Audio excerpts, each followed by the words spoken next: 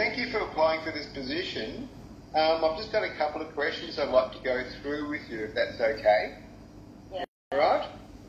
So what motivated you to apply for a position here in Cootamundra? The reason why I motivate you to work in ACAS and in Cootamundra in your place, right? Yeah. Yes. I will say the reason why. I will say what motivates you in ACAS first. Yes, and then I will tell them. Yes, and when I will tell the reasons I applied in Cootamundra. Yes, during my time as an ACAS worker, I have faced some difficulties and challenges, honestly. But I am motivated to work with ACAS because I really want to have the positive impact on the lives of elderly people.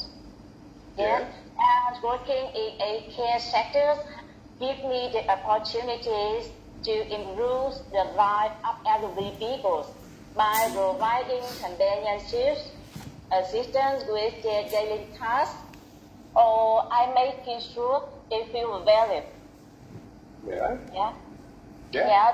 You know, the sense of fulfillment I get from helping people live independently as long as possible. And when I say they smile before us kind conversation with me, or when they hold my hand warmly, it's very touching and rewarding to me.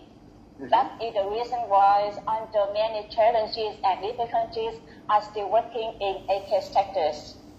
Okay. And yes, and I know that your place in Cootamundra, in the rural place, and it takes about 2 hours driving some centers.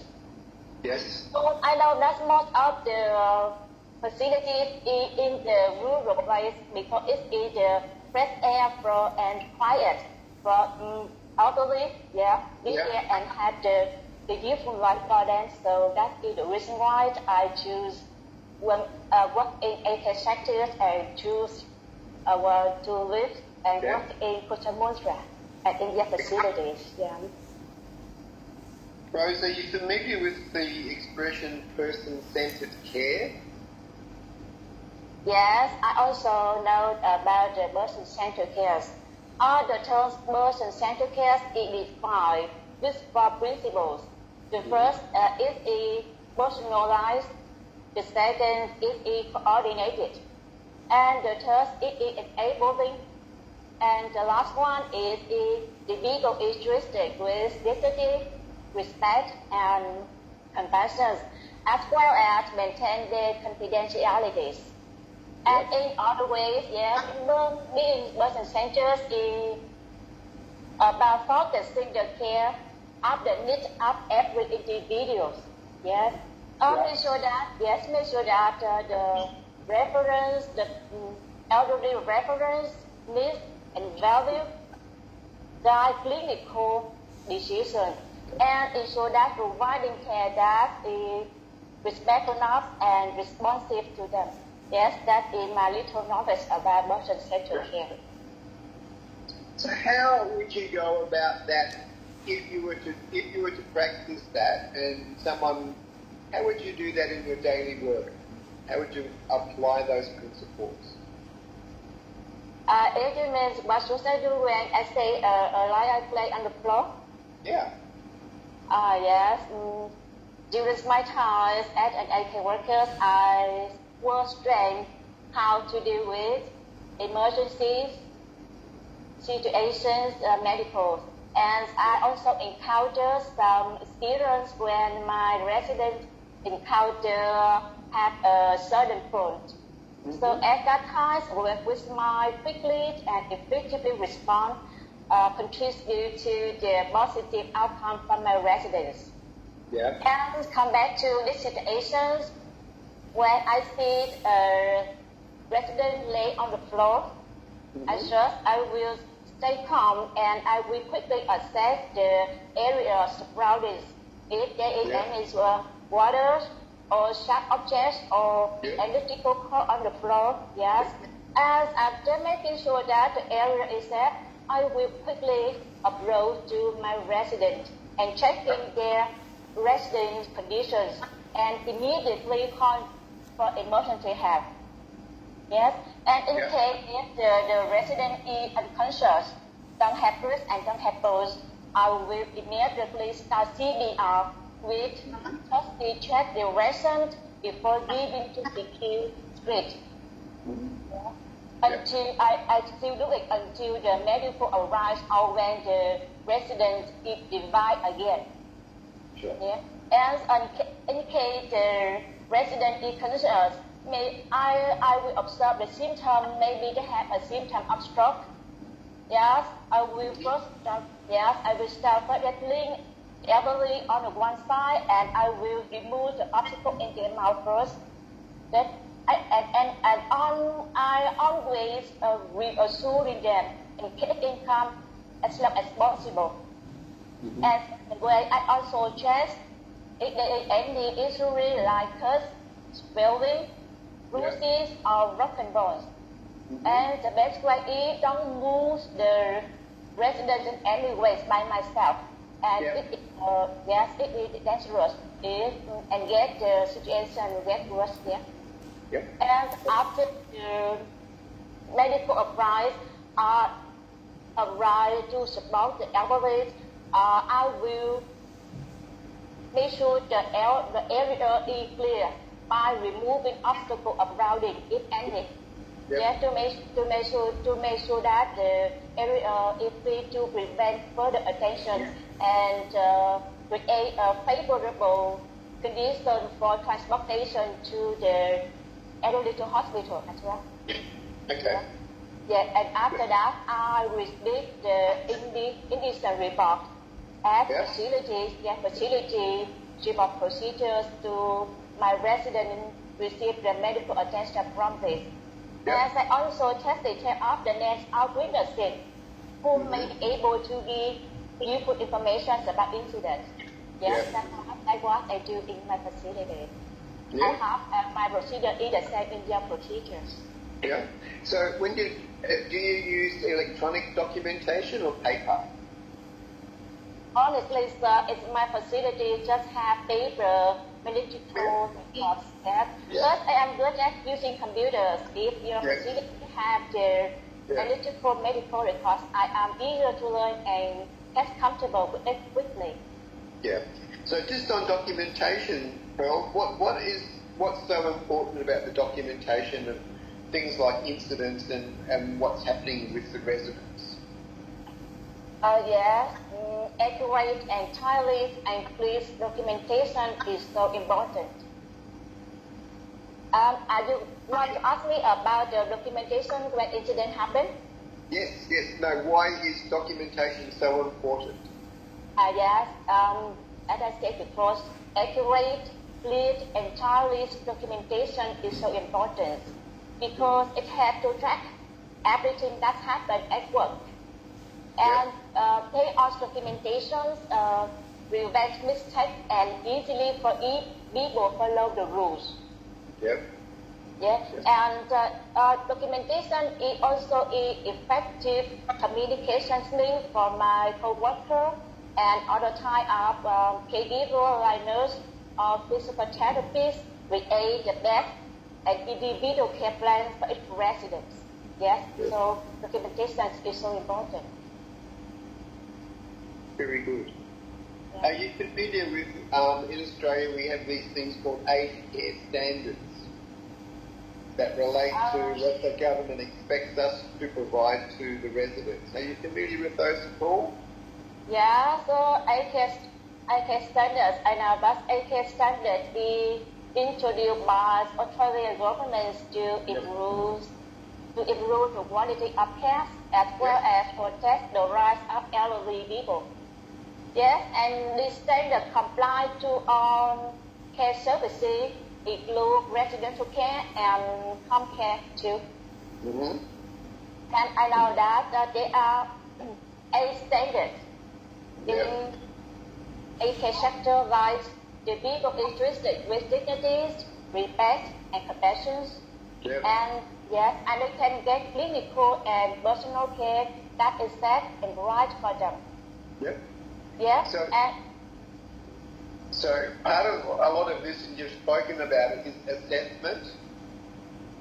Yes, assessing the resident. Yeah. How would you go about talking to the resident about their activities of daily living? What are their care needs? Daily living. Sorry, can you repeat again? Yeah. So say you're coming in on a shift and you haven't met this person before.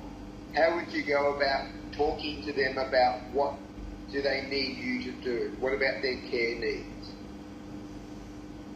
I always get to work early minutes. Yep. Early before I have to start. So I will test my resident condition in advance. Mm-hmm. Yes. And after testing the vital sign of my resident, I have a short meeting with my nurse, with leader of the shift and supervisors. And in this short meeting, they inform me again. This case need to be pay more attention, need to be prioritized, and need to have the urgent medical.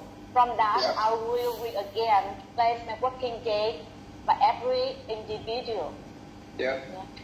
So, do you use care plans there where you work? Yes, I always plan my working day in advance. It helps me to stay organized and think logical. Yeah, and to provide the best care for my resident and to make sure that the resident needs are met throughout my shift. Yep. So, how would you participate in reviewing the care plan to make sure the care plan is up to date? Yes, when receiving my list of tasks, I prioritize my tasks based on the resident needs and immediately issues accepted. For example, if the resident needs have a problem with medical, I will handle that patient first, and then I must arrest the bus based on the resident personal assistance schedule later. Yeah. And I go through my list to make sure that everyone has enough time for every care I provide. Yeah, that's good. Besides that, I always communicate effectively with my team, with my co-worker. Mm-hmm. To have it, they are available to have me. And I am not afraid to call for help from my supervisor because to me safety of the residents is my priority. Yeah, okay. We have a lot of rules around workplace health and safety about what you can do and what you can't do, what is safe and what is not safe. Are you familiar with some of the machinery that we may use for this? I'm not sure whether you use them where you are. Yes, in my facilities, I will train to safety manual handling technique. So we don't have the modern machine like HOS in your facilities. Yeah. Yeah. So I just follow the safety. I just do my manual, not not a modern machine like HOS. Yeah. Yes, I'm here to learn about how to operate HOS, to have me safe and resident safe too. Yeah. So you're familiar with the thing that we shouldn't lift people up off the floor by ourselves? Yeah, I will train in my facility. I will train how to lift, how to transfer the patient in and out of bed. Yeah. Yes. Yep. And transfer them moving around or take to the classroom. But do by manual handling, yes. Yeah, that's fine. But at least you learn how to look after your back and your knees. Yeah. Yes. Yep. The other thing we are very strict about is hand washing. So what would your hand washing policy be like, or what would your practice be like? Yes, in 8 sectors, and hygiene is a must procedures in 8 sectors because this is the one of the best way to stop cross-contamination. So all carriers must clean their hands before and after touching the residents or after touching residents' surroundings. Yeah. Yes, as I always follow strictly hand hygiene because it's the best way to rotate for both myself and for my residents. Yeah, it's a must procedures. Yeah. I must follow strictly. Yeah. What about isolation policy? Isolation, if someone has pneumonia or they have COVID or they have some other respiratory disease, are you familiar with masks? You wear masks, obviously, and gowns. So have you worked with policies where you have to take gowns on and off, gloves on and off, all that sort of stuff? Yeah? Yes, because the first thing I do when I get to work is wearing uniforms like mask, gloves, or gown. And I also train how to take out, wearing or take out the PPE to rotate, to stop bacteria or virus from my resident to, to stop infections. Yeah. No, that's good. So there's the formal questions I have for you. Do you have any questions you'd like to ask me? Yes. Can you share me about, do you have any the training or support to younger staff? Any, repeat, sorry? I want to know about your training. Training? Support, training as support to younger staff, right? How to operate the HÅC machine, right? Yeah. So, if you're successful and you come over, when you come for orientation, you will be shown our manual handling processes, how to use lifts and hoists, and what we call steadies, things to move people around in. So you'll have a lot of education on that and assessments to see whether you can lift safely. Sometimes we try to take shortcuts, and we try to say to people, no, please don't take shortcuts, please do it the right way. So you'll have a lot of education on that. You'll have education on our policies and procedures and our documentation system, which is through the computer, which is very easy. You've used computers and you're probably good at it, so it's very easy to pick up. So there are a lot of things like that. There'll be that in your orientation and ongoing. You'll have annual education on fire safety and other things, as well as the changes to the Australian standards. Next year, the government will bring in new levels of care that we have to look at. So we'll have to all get education about how we meet those new levels. So there's a lot of in-service education provided ongoing to make sure that you're confident to do your job, you're happy doing your job because you know what to do, and we welcome the feedback from those education to see whether that meets your needs. Yes, thank you for your sharing. Any other questions? Yes, I know that effective communication between teamwork is so very important. So can you share me about my co-workers who I have to work with? Yes. So we have a multicultural work group. So we have people from Nepal, India, South Africa, a few other countries as well. So English is the first language, and our residents here are living in the country. So they are mainly white people who only speak English. So we have some training also about culture, how sometimes older people here will expect certain behaviour. So we can tell you stuff about that as well. Yes, I get it. Thank you, Michael. Okay. So they're the sort of formal questions finished. Okay. I'll have a chat and we'll do some check with Michelle and we'll get back to you. Thanks for your time. Do you work all shifts? Morning shift, afternoon, night shift? Yes, I have worked 2 rotate shifts, morning shift, afternoon shift, and night shift as well. Yes, Yeah. rotate shift, yeah. Yeah. So you have no problem doing all shifts?